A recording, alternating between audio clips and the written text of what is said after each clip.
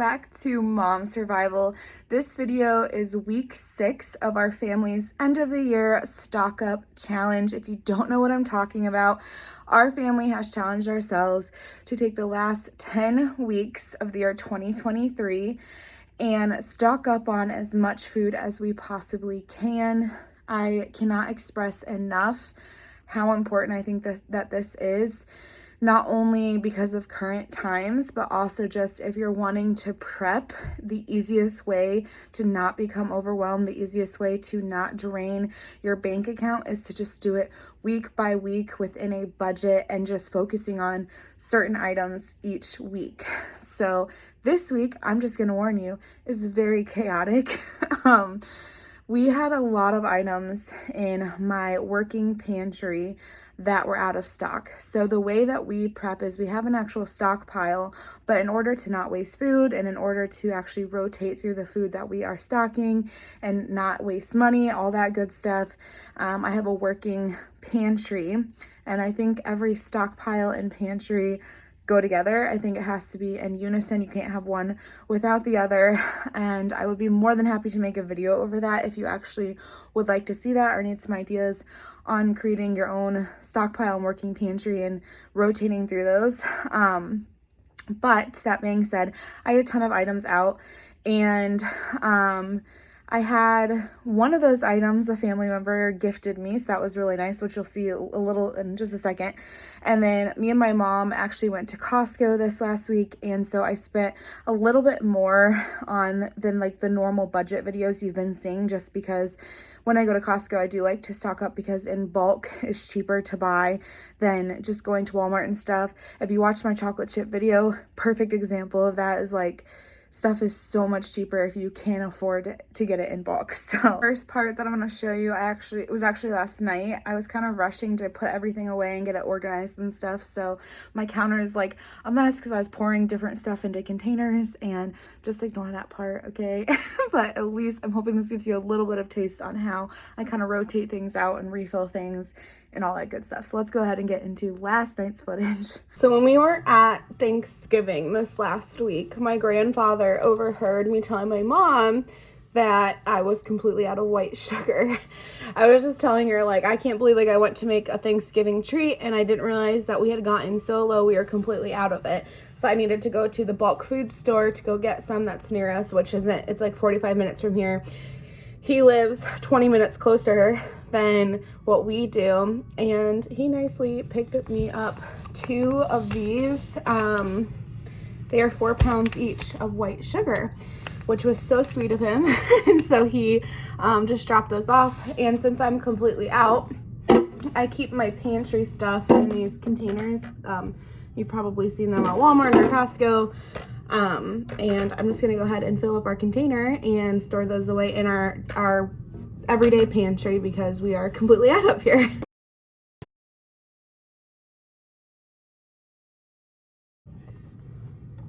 I was at the dollar store the other day and actually went ahead and bought myself some labels. So I'm just gonna go ahead and slap one of these on here. I realized with creating a working pantry, using these clear containers really help because I'm a very visual person. If it's not right in front of me, I tend to not use it. So having these like in my pantry shelf, like when I, open our pantry up and see it, I tend to use items a lot more. So I like to store things in our working pantry, our working stockpile in these because they get used a lot more, and they also stay more fresh because they're in this nice concealed container. One thing that my family absolutely loves is Ritz crackers. My son loves them, and so does my husband. We eat them a lot with just like meat and cheese and soups. I like to keep these in my van with a jar of peanut butter in case we get stuck somewhere and we have something to eat. So this is definitely an item or a staple item, I would say, in my working pantry, but also in my overall stockpile. I didn't get more pancake mix today because for the fact we just didn't see it when we were going through Costco. It's one thing I do need to stock up on though. So I will add that to a future stock up list.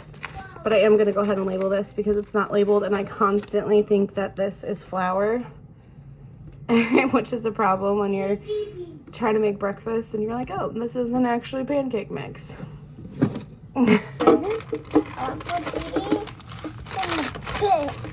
Yeah. He loves instant oatmeal for breakfast, so that's what this is. Again, I store it in these containers in our working pantry because of mice. No, we're not gonna throw that everywhere. And then I'll put the extra down in the stockpile. But I'm gonna go ahead and label this as well. This is why it's so important to rotate your pantry, because until tonight when I'm putting stuff away and organizing it, I didn't even realize I had an entire thing of 7 pounds of brown sugar in the back of my pantry, not in one of these containers. So don't have to go down to our stockpile and refill it. We're gonna go ahead and put this away. So that's why it's so important when I say all the time when we do these stock up videos to just put it away right when you get home, because this happens, at least it does to me, where I forget that I have something, I don't even know it's there, and it's not properly being stored. So great reminder there.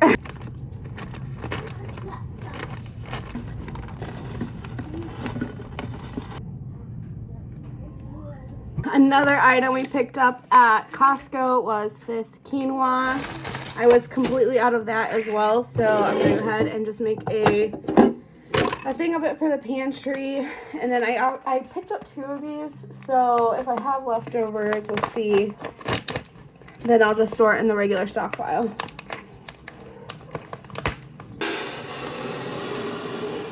Constantly forgets how to actually spell quinoa.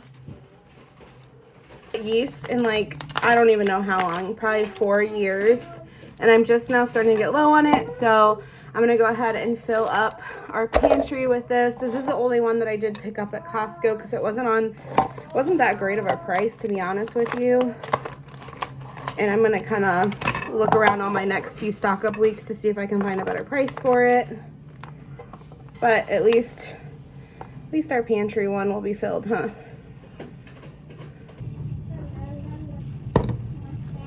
What I did not film last night because I just was tired and I completely forgot to turn on the camera, to be honest with you, was me starting to make my desserts in a jar.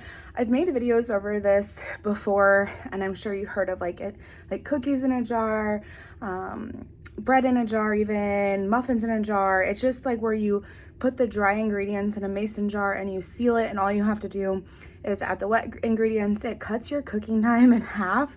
It ensures that you always have what you need if you need to like make a quick dessert or something.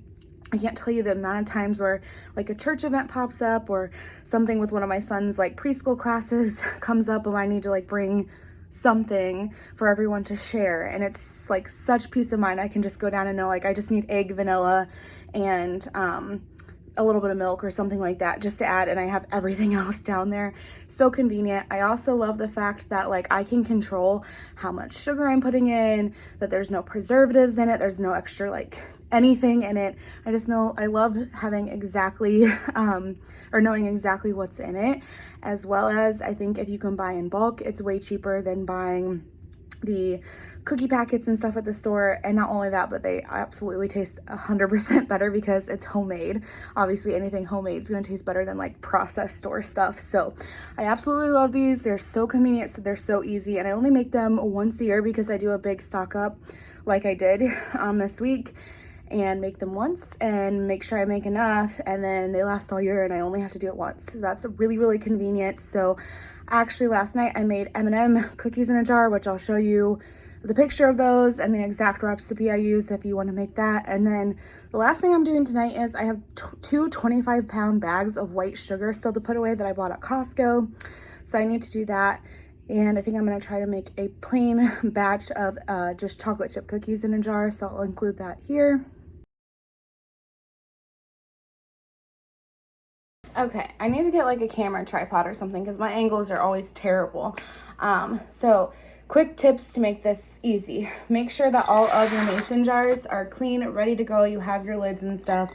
It just makes it go so much easier when you're not having to run around and stuff for supplies. And then I find that the easiest way to do these desserts in a jar, instead of trying to do one jar at a time and put like every ingredient in one jar and then moving on to the next one, so much easier to just measure out each ingredient. So I'm starting, obviously the base of a cookie is a flour. So I'll measure out my flour in every single jar, put my flour away, move on to the next thing that goes into the jar. I just find it so much more quicker. I don't forget things that I'm supposed to add into the jar, and I make sure that everything is in it. So those are my quick tips in making this.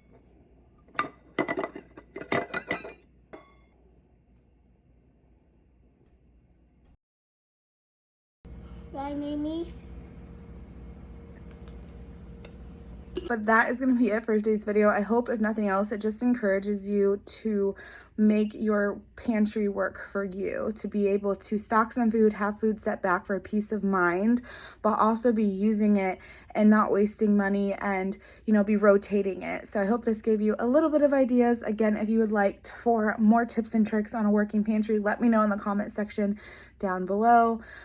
But if not, keep stacking, keep sticking to your plan, keep making sure your family's going to be fed, and that's going to be it for today's video. Bye.